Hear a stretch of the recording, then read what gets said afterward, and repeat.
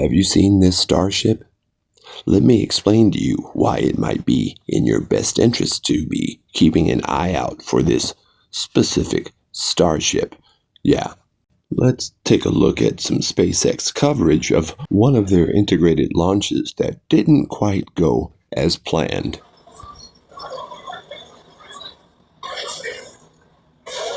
As of right now, we are awaiting stage separation, where Starship should separate from Super Heavy booster. Yeah, Kate, right now it looks like we saw the start of the flip, but obviously we're seeing from the ground cameras the entire Starship stack continuing to rotate. We should have had separation by now. Obviously, this does not appear to be a nominal situation. Yeah, it does appear to be spinning, but I do want to remind everyone that everything after clearing the tower was icing on the cake.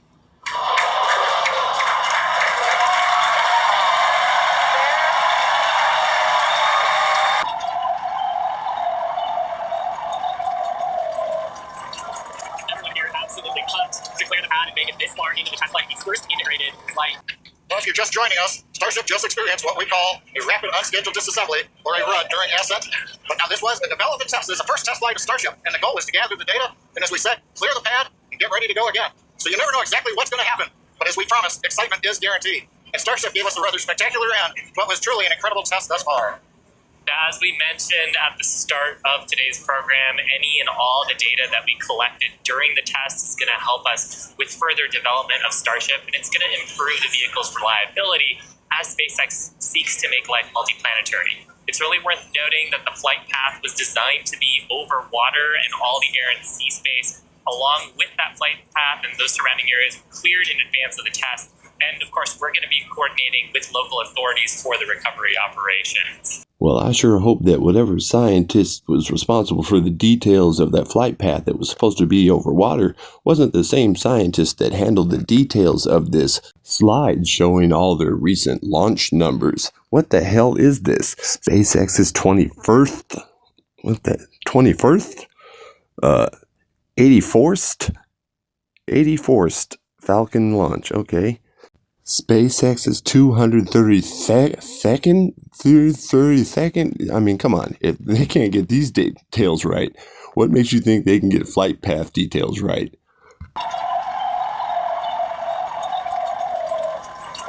But honestly, what an exciting morning. For some strange, sick reason, I always like to watch them try and recap what they accomplished throughout the morning. You know, they just got to make this stuff up. Oh my gosh.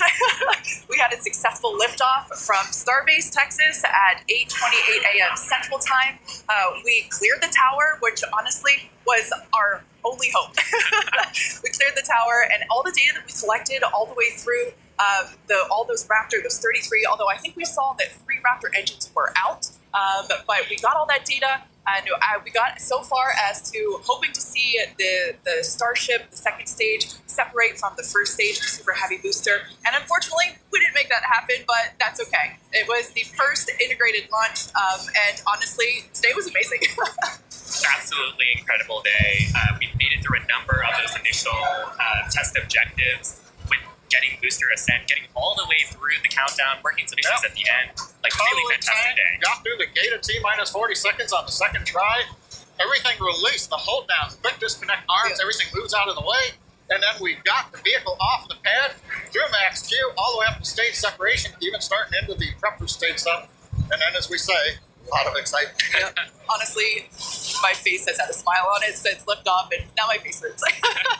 Now, since we don't have any insights on the cause of our rapid unscheduled disassembly at this point, we're going to end our webcast here. She says it right there. You know, since they don't have any insight into why the starship exploded or vanished, you know, they're going to end the podcast now. Yeah. So be on the lookout for a starship, because if you see it, chances are it's going to land on you. As kind of an extra bonus feature, I've included some of the booster's magnificent landings from the past. Enjoy.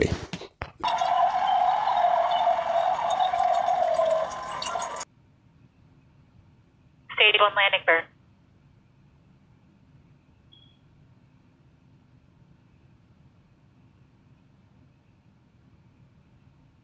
Stage 2 is in terminal guidance.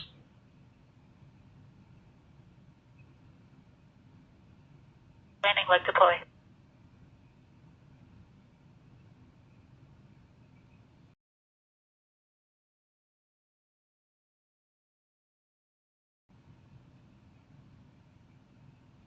Stage 1 landing confirmed.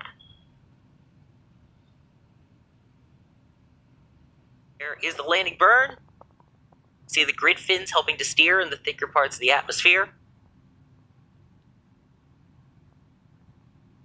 Ready for landing light deploy. There it is. And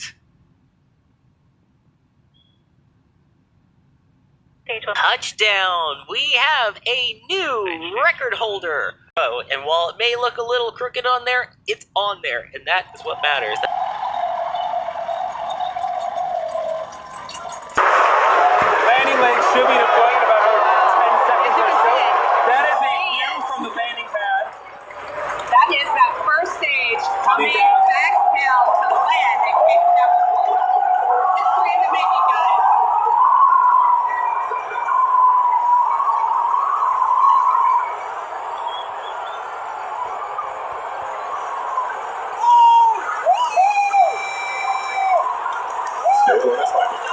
LZ1, the Falcon is landed. Landing operators moving to procedure 11.100, section 3 on LZ1 BNet and recovery net. All right, hey, a little too happy there. They look like they have outside relations, that they have like outer office relationship. Got to. Okay, hugging, more touchy-feely. Oh my gosh, these people are on one. It's worse than NASA. This is the part that always gets me.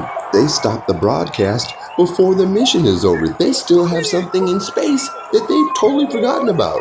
They never track the progress of that. They don't go get recovery information, nothing. They just start filing people out of their massive auditorium. Look, people are leaving. They're forgotten. It's not over. You still have something that's floating around. Until you find your truth, keep looking.